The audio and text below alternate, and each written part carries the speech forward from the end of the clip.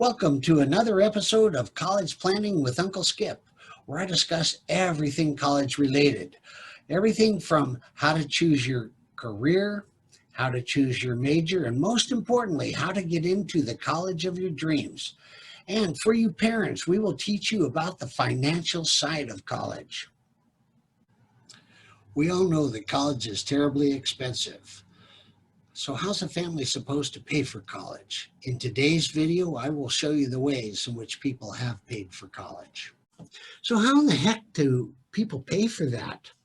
Well, there's a bunch of different ways, and we're going to investigate some of the highlights of each of them. One of the things I know after talking to thousands of families is that you all have a couple $100,000 just burning a hole in your checkbook and can't wait to write that check, right?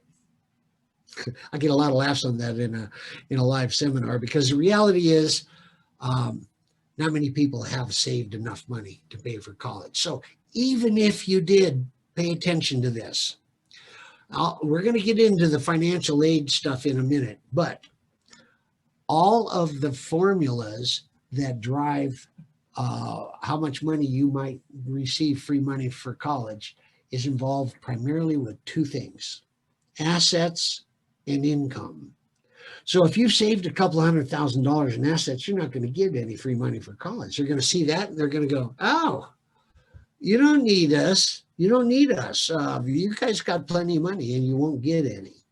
So even if you have a little bit of money, if you got $10,000 that's showing, it could cost you anywhere from $500 to $2,500 in grant money. Now, here's another reality for people. I used to talk extensively about this, but we don't have time tonight. I will make a statement right now. If you have a 529 plan, if you don't have one or don't know what it is, don't worry about it. But many people do. That now is an asset that counts against you, even though you've saved money specifically for college. So don't forget that, and don't forget that in your planning process. It's extremely important.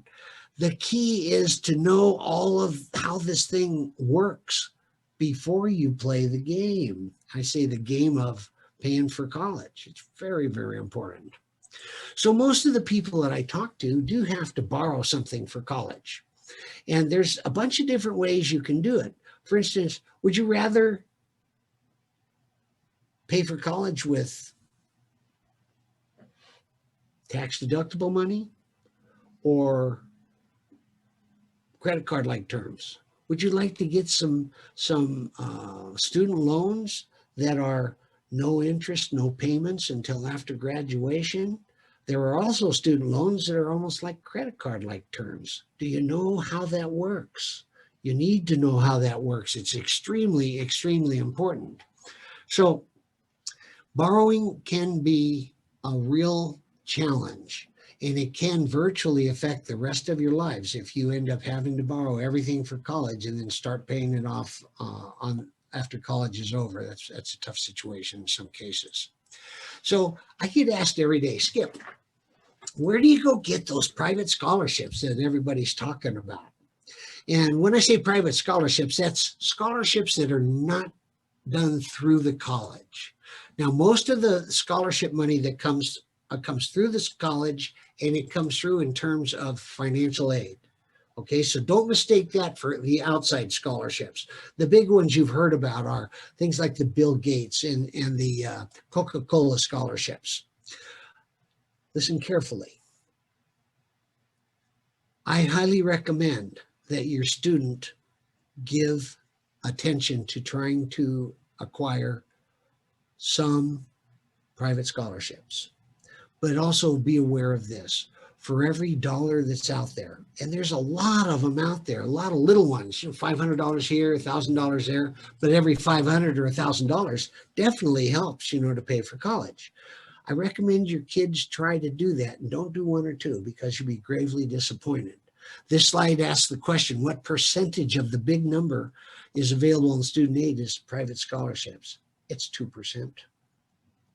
Because every dollar that's available, there's hundreds and even thousands of kids applying for it. I don't say don't do it. I say, parents, don't you do it. Have your students take a whack at some of them. Now, you can Google up scholarships for college, and they'll take you to various different sites. Okay. And for the most part, they're probably okay. This is a site that I can say is reputable. So if you're going to go in and have your kids start here. That's just a recommendation. It's reputable. And the way it works is the kids will fill out some demographics. Where do you live? What are your stats? What do you do? You know, those kinds of things. And it'll say, okay, you may be eligible for this scholarship or this scholarship, and this is how you apply and what you have to do. Good place to start. Now, one other caveat before I move out of here.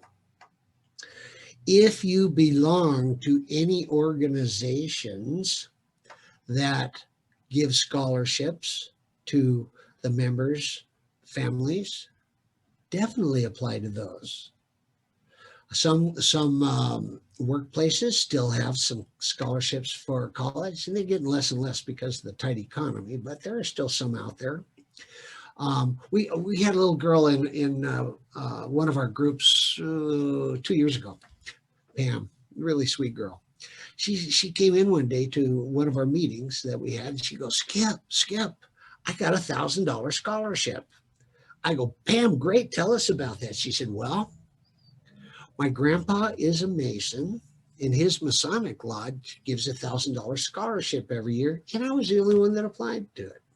So if you belong to an organization that gives scholarships, definitely apply to those. Okay, so then what about going to a less expensive school or don't go at all? Don't go at all is not an option, right? You wouldn't be sitting here listening to me tonight if your kids weren't going to college. So that's out. And the other part is this. A lot of families are thinking, well, you know, all over the state of California and possibly whatever state you're in, you out-of-staters, they are giving the first 2 years tuition to a junior college or a community college at no cost. And that is a really attractive proposition financially. Now, I don't say one way or another whether it's right for your kids or not. That's a decision that you guys have to make as a family. So for some kids, it's great. For some kids, not so great, but that's life, isn't it? So this is a decision you guys have to make if that happens. A lot of people are thinking, well, we'll do the first couple of years at a community college, and then we'll go to the 4-year college for the last part of our bachelor's degree, and we'll graduate from a 4-year college. You got the same paper as you would have been there 4 years. Interesting proposition, one that you guys need to ponder on your own.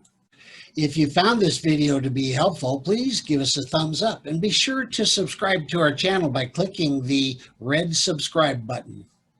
If you have any topics you'd like me to cover, please let me know in the comments section below. There you will also find our website and contact information. See you again soon on College Planning with Uncle Skip.